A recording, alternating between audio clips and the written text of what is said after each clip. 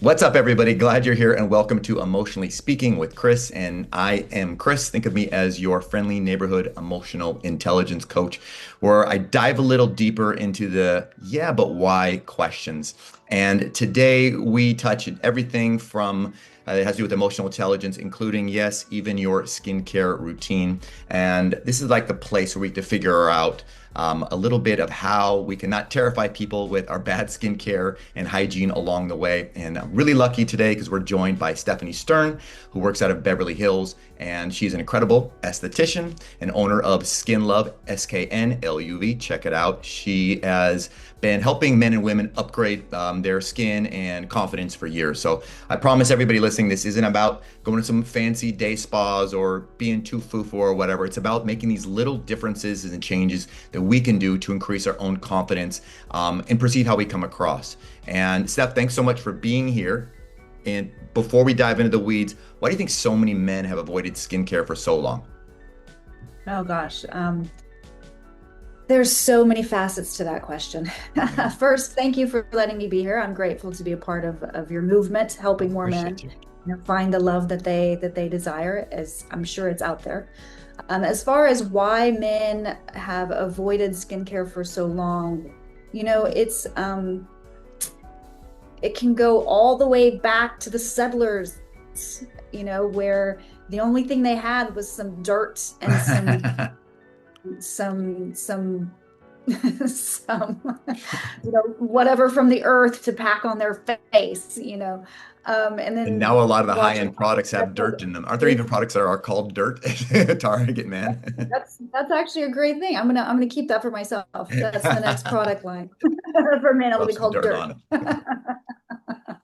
No, we've evolved since then, obviously, but I think now it has become more mainstream, Yeah, male skincare. yeah, However, I still feel like it's an underserved market because of the general consensus of, oh, that's such a woman's thing, that's such a right. feminine thing to do. I don't want any foo-foo day spa. I don't want any, crazy smelling cucumber water put on my face. Sure. I just want to be done with it. And that's what I do here at Skin Love, is that basic general skincare for men. Yeah, yeah. I know. And what's your take on a lot of, yeah, for the kind of the guys who think that, oh, skincare, it's just too girly. Is that true, or is it just more another form of a basic self-care that, and how do women perceive men who take basic self-care?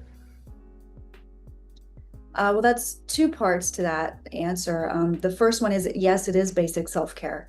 And I think a lot of men are just now waking up to the fact of more emotional awareness. And I Yeah, love that. I applaud that. yeah, And the second part is that the general basic part of skincare doesn't have to be elaborate. It's like three steps. It yeah. doesn't even have to be three steps. It can be two steps, but it needs to be cleansing and some protection. Yeah. That's the two. Hopefully the hydration is a part of it as well. But yeah. So I grew up around a mom who was very comfortable with skincare. She worked at Revlon. And I got to admit, I'm even a little bit intimidated by how long and arduous my girlfriend's skincare routine is. For the guys out there who witness maybe their sisters and they're like, you mentioned three steps. Okay, I can do three steps or two steps maybe. Start us off baby steps. What is that? Yeah, how does that translate to us? Should we, yeah, is it really that complex? And yeah, our guys' skin's different. Interestingly, yes, Yeah. male skin is a tad different than female skin, um, due to the hair follicles that are upon the face. Mm. Women don't have that kind of beard, lovely beard like you have, unless they want one. Yeah. And then, Yeah. there's a whole thing to it. But yeah, it doesn't have to be a gazillion steps. It doesn't need to be, unless you just want that. If you want to have, stellar skin, then yeah, you have to take care of it and make it stellar. I love it. I love it. And if you were wondering, Stephanie, I dye my hair blonde. It's all after I want to look more wise. Of I love, course, yes. I heard somebody say it's cool to be blonde, but it's not cool to be white. So I'll go with that one. Like it's No. cute to be sleepy. It sounds old to be tired. So speaking Speaking of getting older, how does skincare actually impact how old or tired or attractive a man looks? Oh gosh, it has so much to do with it. I mean, just take it from the basic science of when you get up in the morning and you look at yourself in the mirror, Yeah. that reflection, and no matter how long it takes you to look at, you don't have to be there for a long time. But just brushing your teeth, you flicker up and you see yourself and you go, wow, I look really tired. Immediately that starts to affect you emotionally, Yeah. and then carry that through the day. So imagine if you woke up and you were brushing your teeth and you looked in the mirror and you're like, wow, I look hot. Wow, I look really rested. Then you're excited and you kind of carry that throughout the day too. So skincare is huge for emotional well-being. That is such a cool point. I have myself had days. Yeah, I will let my day's energy. It does kind of start with that quick reflection in the mirror, and yeah, if I do look tired or bags under the eyes, I don't have as great of a day. I feel like I'm starting off on the wrong foot. And then there's been days where I felt normal, and then I get the mirror. I'm like, God damn. You look youthful today. You look like you slept well.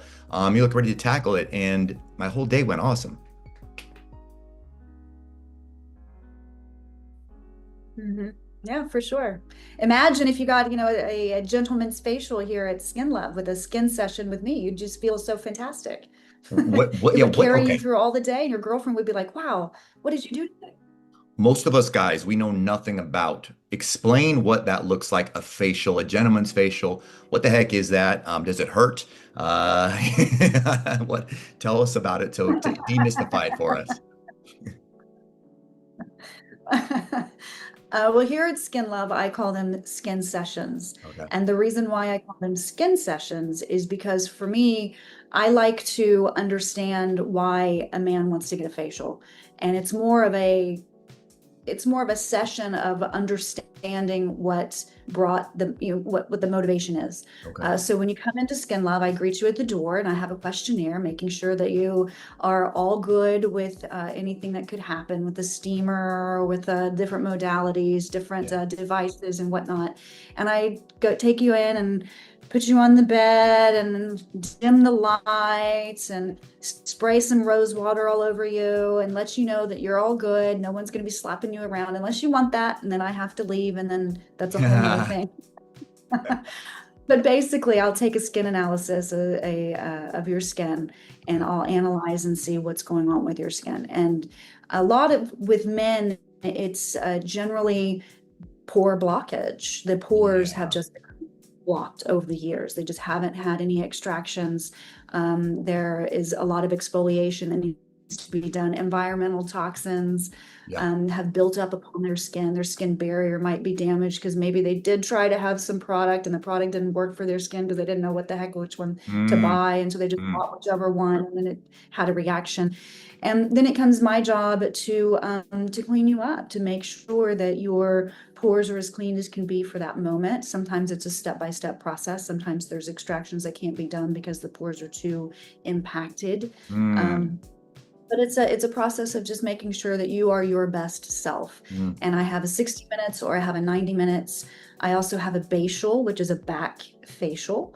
Ooh. And I also do some light massage of the face, of the hands and the feet. So it's a whole treatment that I call a session. And by the end of the skin session, you look in the mirror and you smile wonderfully and are very excited at what looks back at you. And it Wow. makes me so proud. That's amazing. So, how does what things can a man look out for to know that it's time for him to schedule a facial? What should we be looking for? Well, before we get into getting a facial, I'd like to address some male grooming Oh, habits. let's please do. Okay, so all right, let's talk grooming habits. I would Um, have to say give me some pro tips on here and your pros and cons and the hair in the nostrils. yes. That is a grooming. It needs to be a habit. Just It whistling in the needs to wind, be, huh? right. Yes. Male grooming habit. Number one is hair in the nostrils. Number two is hair in the ears. Number three would be the eyebrows. Okay. So those three things that are right here Yeah. that a man can see, everybody else can see too, for the most Right. part. Right. Those that needs to become a habit. And if the man can't do it, then he needs to seek somebody who can. And yes, I can do that for, during my skin session if it's necessary.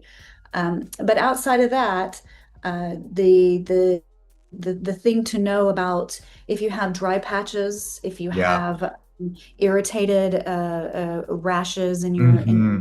your burn area because of Hmm. your shaving, if you just can't seem to get a blackhead away, like if you just can't get it gone, but it Yeah. just won't go away. Yeah. And the same thing with whiteheads, if you have chronic whiteheads and any kind of light dermatitis, basically, is great for an esthetician. I see a lot of guys, and actually, sometimes I notice when I'm really, I don't know if I'm stressed out or whatever, I will sometimes get that like a rash along the side of my nose. Is that, and I just, funny, I just, not funny, I just met with some guys recently and for the first time, and I noticed both of them had it as well, and it was pretty bad. It was kind of flaky. What's causing that? And I've been noticing men get this more and more lately. Yeah, that could either be, it could be a few different things. It could be eczema, it could be a form of psoriasis, it could be dermatitis, it could be a rash, it could be just a sunblock that's kind of Mm. resonated underneath the sunglass and then they wiped it off and it became a little inflamed. There Hmm. could be a lot of different things. So it just needs to be looked at. Hmm. Has this been going around for happening for ages and I just never noticed it? And now I'm hanging out with people of a certain age group and does it happen more often as men get older or I don't know, is time changing? Are men getting stressed? Are we eating worse food, drinking less water? What kind of things are Oh, uh absolutely. The intake is huge, right? Because the skin is the largest organ on our body and it's our first step in our immune system. So we have to really think about what it is that we ingest, and that is going to play a role on what our skin looks like. So definite hydration, definite, all those good things that some people love in California and other parts of the world, they absolutely hate, like green leafy vegetables and greens juice and avocado. 100%. In LA, people love that, Yeah. in rural America, not so much. Yeah. Yeah. Um, Men, myself included, when I'm told I need to do something I'm not doing, I generally will take the most extreme example and I'll say, well, I don't want to look like whatever, XYZ, some extreme, plastic surgery, fake, phony, altered person. Um, I know, particularly, I often try to coach, not only clients, but as my friends on their eyebrows. I think, tell me if you agree. I think, the eyes are the window into the soul, and, we think of it as a framing structure. It's really easy. I think it is. But some men, they get overcomplicated and they think, oh, Stephanie's gonna wax me off and make me look like I'm on, what was that, Jersey Shore or something like that. What's the truth if someone is to come in there and they want the whole Stephanie Stern makeover at Skin Love, and you see some hairs that are kind of growing out willy-nilly.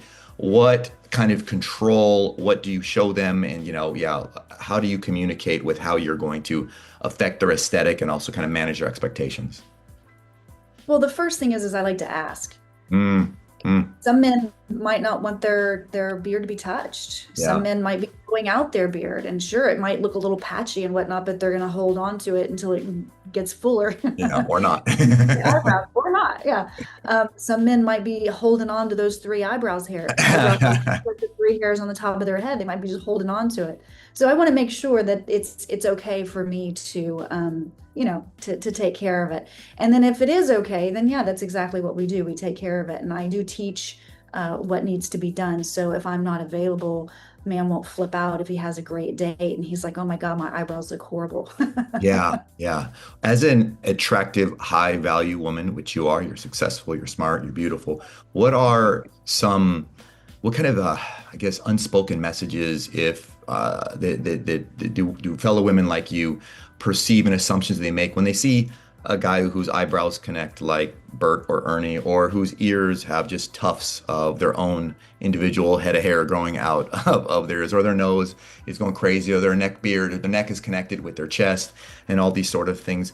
What kind of quickly runs through your mind? I don't know if you've ever stopped and consciously think about this, or if afterwards you go, or maybe this is your field and you do have some opinions on there. But yeah, kind of help men get inside of a women's perspective. I the simplest answer, which is not the most politically correct answer, but it is the simplest one, is when I see Real. that, I crazy. Yeah, crazy. A crazy man, a man who is so crazy busy That's that he doesn't have time to take care of himself or even look in the mirror to know, oh gosh, my nose hairs have gone, crazy. Um, or he just does not care. yeah, He's just thrown in the towel and he's like, you know what? I'm done. I've yeah. had it. And I don't know where to begin with this whole face situation. So I'm just thrown in the towel. And to me, it just signifies a crazy man of some sort. And if he's so crazy busy with his own life and overwhelmed with that, how, if assuming you're not dating this guy yet, what assumption would you make about how much space he has and available time he has for you? Exactly. That's the first thing. It's like number one, I would feel like there's not enough space for me. And number two, I would feel like I can't broach the subject. Hmm. Like Hmm. it would be so far gone Hmm. that Hmm. if Hmm. I were to even say something like, sure, you can take me out, but I want to make sure that you clean your ears and your eyebrows and your nose hairs before we hit the steakhouse. How well received is that going to be? Is he going to flip out and be like, I can't Yeah, believe you're trying to change me? Or yeah, is yeah, it going to be yeah. welcome? Like, thank you. I didn't even realize they had gotten so crazy. Yeah, it reminds me of like you're like this, mistress gardener who's got this beautiful, very well manicured garden. And if you were to drive by some place and it's just so incredibly overrun, you're probably going to think, as with it, well, maybe he's not looking, maybe the value I bring in, maybe he's not going to see and appreciate the things that you care about. Which is obvious, you take great care of yourself and you notice details. And you think, yeah, like you mentioned, this might end up being in like these long argument fights. And you're like, I'm not even on, we haven't even ordered our, this steak hasn't even come out yet. And so do I really want to go down this road? Yeah. Yeah. And I think that might be something that successful men who are busy or successful men who have been hurt in the past, who have kind of thrown in the towel, Yeah. they don't think about that. They're just like, a woman's going to like me for who I am, which is Mm, absolutely 1,000,000% true. Absolutely. However, there are some things to the female eye that resonate a lot more than to the male eye. yeah. And self-care, grooming habits, um, and actually, here's an analogy that might resonate with your audience. A woman with chipped nail polish. Yeah. Yeah. You're There's a right. lot of men who do not like that. That You're is a right. thing for them. Like they're Yeah. just like, she can't take care of her nails. How can she take care of me? She can't take care of her nails. That is really cool. I've never thought about that. Yeah, and I've never consciously thought about that. But you're right, though. Yeah, I see that, and I make these assumptions that, yeah, she's going to be a hot mess in other areas of her life, and I don't, know what, yeah, if I want to handle that, and she could be absolutely great. And yeah, like you said, maybe she just needs it's his time for his due. I love that. Thank you. Yeah, for sure. For sure. A Hmm, little tidbit there. that is good. Um, Back over to our skin. What's the difference between, well, for all of us, Axe body spray? I'm not that guy. Or the Axe, one was four things in one wash, soap, this, shampoo, everything. What's between that, using, I don't know, guys who are using between face, body soap, face wash, bar soap, all that sort of stuff. Oh, bless them. They're trying. They're trying. Yeah. They get an A for effort. Okay. All Yeah, they right. So if you they saw a just guy, you saw an Axe body spray, and or the Axe body 4-in-1 body wash, you wouldn't immediately hit the ejector seat. You're like, okay, he's trying. Yeah, no, not at all. Not at all. I mean, my boyfriend, yeah, when I first met my boyfriend, he was anti-product, You're like, hated it, was very much into non-toxic, no forever chemicals. And a year later, now he has a skincare regimen with products that he knows are clean. Nothing's going to hurt him. That's cool. It takes some time. Yeah. Is there a difference between washing your face with like a body soap body wash versus using an actual face wash?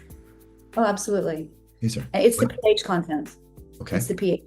Yeah. So, and I'm a big person in chemistry, obviously, and the products and how they react not only to each other but also to the skin itself. Yeah. And for face wash and cleansers and toners, it's all about the pH level of the skin and making sure that it is returned to the balanced level for the skin. So when you're using a body wash, which in America we are amazed I'm amazed by how many products there are. There's so many, and a lot of those products are white labeled or black labeled products from the same laboratory, just slapped on with marketing, different things. So yeah, I think it's important when somebody gets serious about their skincare to really consider where the laboratory is, where it's manufactured, where the Mm. product is from, and find the best fit for Mm.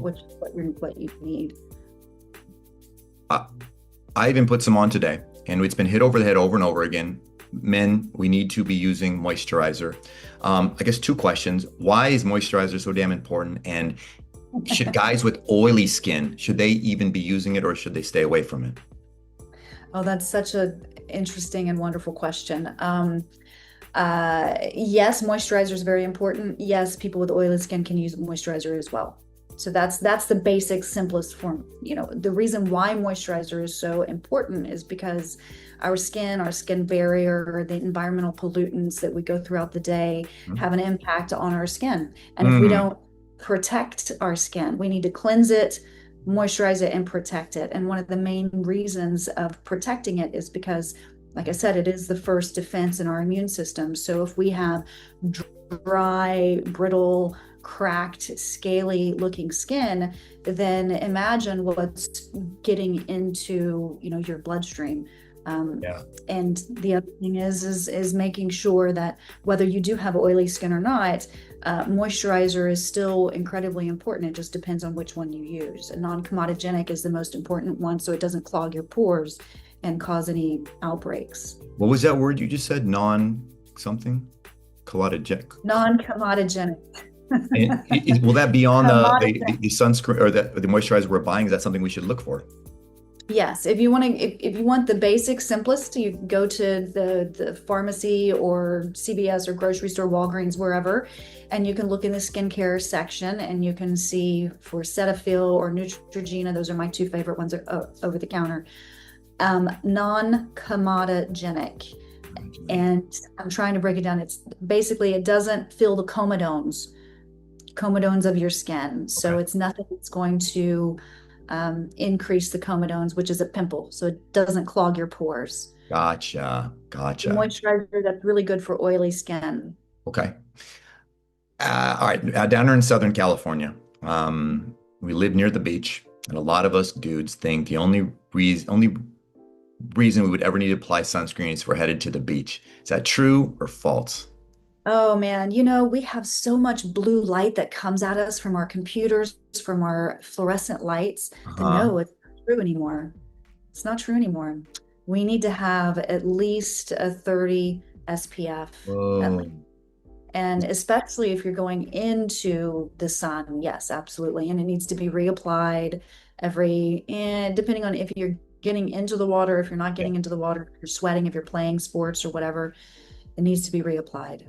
What if we're not going to the beach and we're just going to the office, but we're going to be out and about? Yeah, like in front. Yes. Should we still put on a 30 SPF sunscreen? And what if it kills our killer tan? Because a lot of them make you look really white and pasty.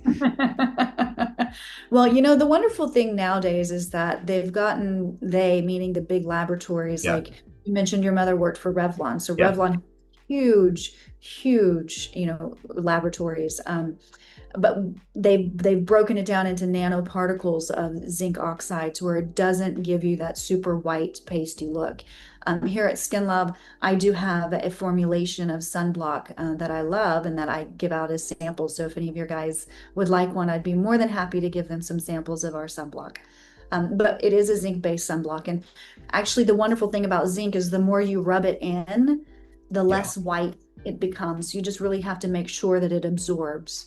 really. I did not know that. And you Oh, can also pat it in uh-huh. instead of, like soap. Yeah. You So just pat it. finally grabbing the bar of soap against her face. That Right. makes sense. I didn't ask you this earlier, but you mentioned, we have different skin because of a lot of us have beards. Let's talk razor burn for a second. Yeah, and rash and shaving, razor burn and rash. How can we minimize that? How do these products in skincare, how does it affect it? Yeah, what are your takes on that? Razor burn is interesting. It seems like it's a universal issue because every man and sometimes women who shave in intimate areas Yeah. get razor burn. However, it's very different for each person because of Hmm.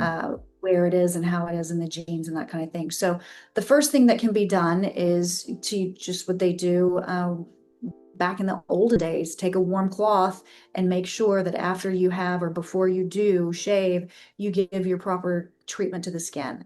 Okay. It's almost like, for lack of a better word, a ritual.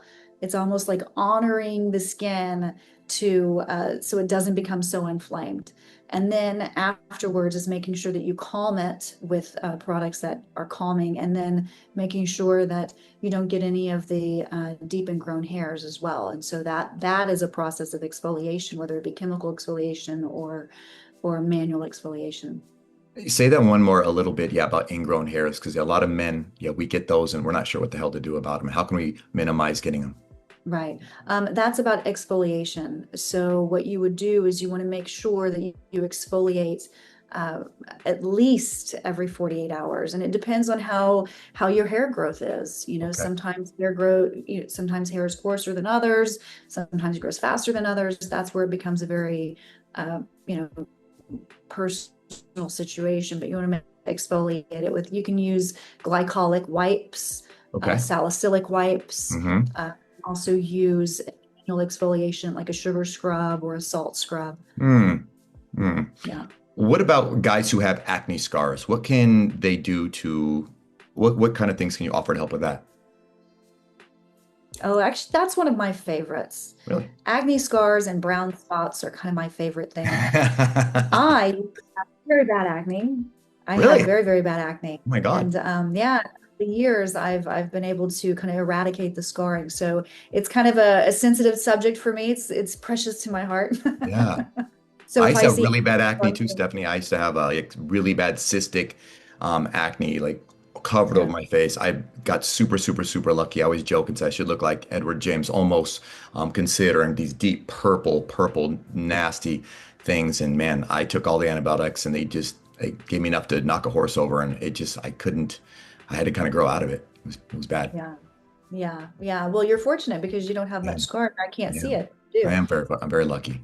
Yeah, but there's a lot of things that we can do for acne scarring without going into, surgical procedures with a plastic surgeon. So we can do chemical peels, we can do dermabrasion, we can do microdermabrasion, we can do microneedling. There's a few different modalities we can do. That's awesome. Thank you. Yeah, wow, my self-esteem was not doing great when Oh, yeah. we talk about walking by the mirror and liking that person, that we saw. And it was, yeah, I really had to, I'm so lucky I was able to clear that up. And I did see a dermatologist at the time, yeah, finally. And the microneedling, I think I was getting that as well. And oof, yeah. So that's pretty cool that you get to do this work that is so transformative to people's self-confidence in a relatively short amount of time, I imagine. Yeah, exactly. And that's one of the huge benefits of what I do. One of the things I really love is that transformation. Are the dark circles under a guy's eyes or girl's eyes, are they just genetics or can they be fixed? Both. Okay. Both. It is genetics, and yes, it can be fixed. Really? That is more of a med spa nurse dermatologist situation. What I'm able to do with my modalities of ultrasound and galvanic treatments and high frequency treatments and chemical peels of the eyes, I can help. But when it comes into the deep, dark genetic, Yeah. my aunts actually have that. I'm fortunate I didn't get that part of the family gene, but Would. my aunts did. And it can be a real, upsetting situation for a lot of men and women. But yeah, you can totally do something with it, especially in Southern California. My gosh, we have so many things at our disposal here. Thank you. I just want to say, guys, if you're listening right now and you realize that some of these things that Stephanie's saying that, either you might be guilty of, these silent deal breakers, pause for a second, check out, take an inventory, check out, your eyebrows, your eyes, your nails, your skin, run a hand over your face. If you notice something that you've been ignoring, DM me, on Instagram, and we're going to get Steph's information, reach out to her. Tell her what it is, and tell her, and she'll be straight up with you and let you know if this is something, that she can help out with, and or if not, I imagine point you in the right direction to get the simplest fix. Absolutely, absolutely. And there's no shame involved. There's no, wow, I should have done this 10 years ago. No, no, not at all. You're right where you're supposed to be. And I would be honored to help, clean you up, for lack of a better word.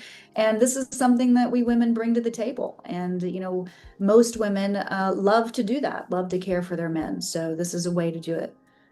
I remember once talking fingernails. I was blown away once when a woman I was seeing told me one of the first things she notices about a guy are his hands, and asking some more questions. And she mentioned that she imagines those hands, Mhm. she wants them clean, touching her, intimate places as well. And that can be a real turn on or a turn off. Is that something that you've ever heard or felt, or yeah, have any thoughts on that?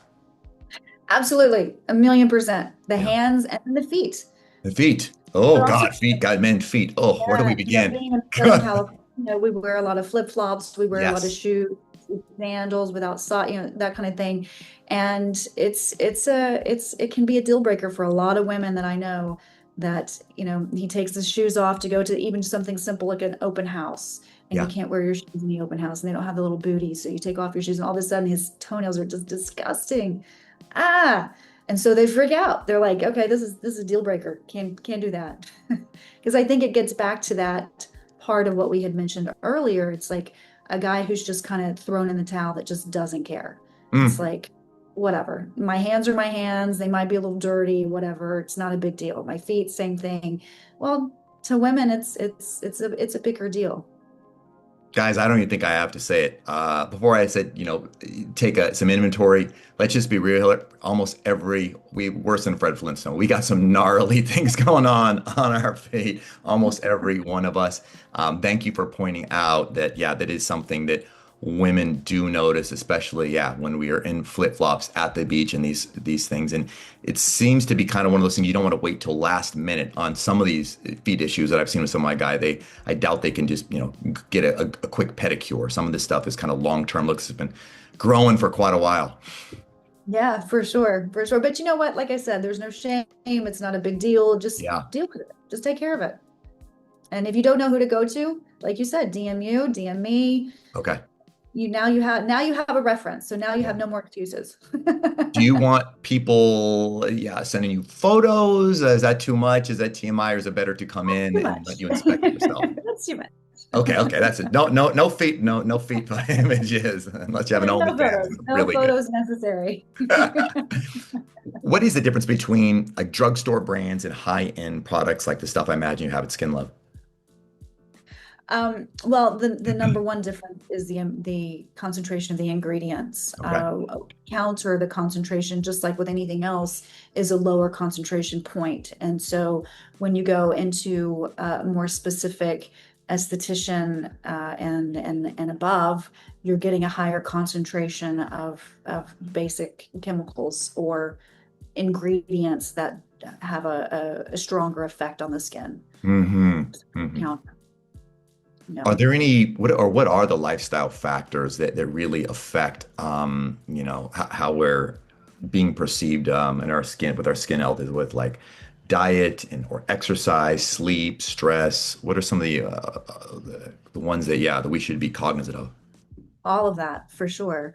I'm a big fan of sleep, so I think that sleep Okay. is the number one most important. Outside of that would be diet. Diet, Uh, really?